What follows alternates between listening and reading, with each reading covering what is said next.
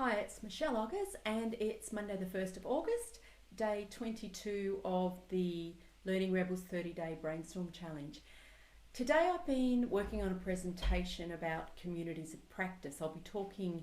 to a number of the managers in our national and state planning teams in a couple of weeks' time about building what is probably an already existing informal community of practice into something a little more structured, a little better supported, to amplify the ways in which they're interacting and creating value in the organisation through a community of practice. And as I was putting together my presentation, I had this little insight that there are actually two models that over the couple of years I've been working in the organisation to promote and advocate for the use of communities of practice have consistently been easy for people to get their head around and have been useful.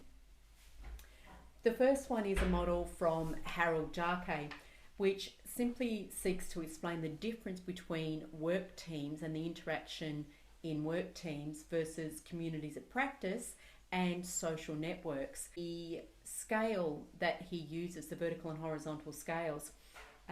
are particularly easy for people to get their head around, and they can see that in work teams people collaborate towards structured ways towards goals, that it's relatively defined ways of working together with relatively known outcomes, even if there may be some complexity in those outcomes. It's well defined basically.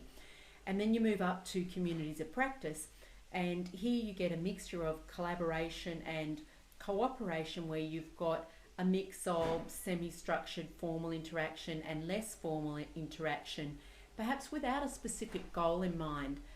something that might be a bit more opportunity driven, and that in communities of practice you're working together to solve problems, to test new ideas,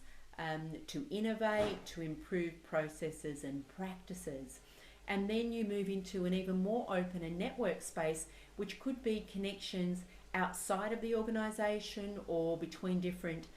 communities of practice within an organisation, which is really where you're expanding out into your social networks, where it's purely cooperation. You're not sharing any specific goals in common, although you may have certain interests in common, and there could be some overlap between the social network and the community of practice. But in this space, it's all about opening yourself up to a diversity of ideas,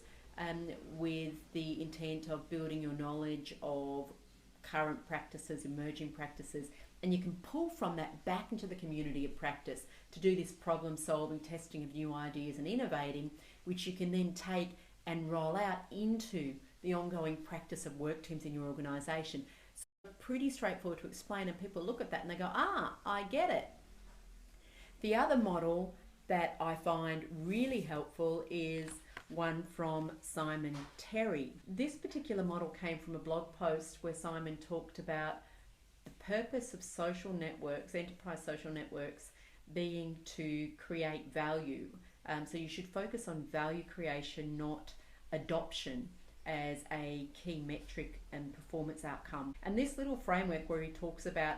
building trust over time within a group of people through initially connecting, then starting to share, and then moving on to problem solving and innovating, I found that really helpful to help explain to people the kind of activities that fall into each of those categories. And the other way I've used this, which worked a treat, was to gather stories. I did video interviews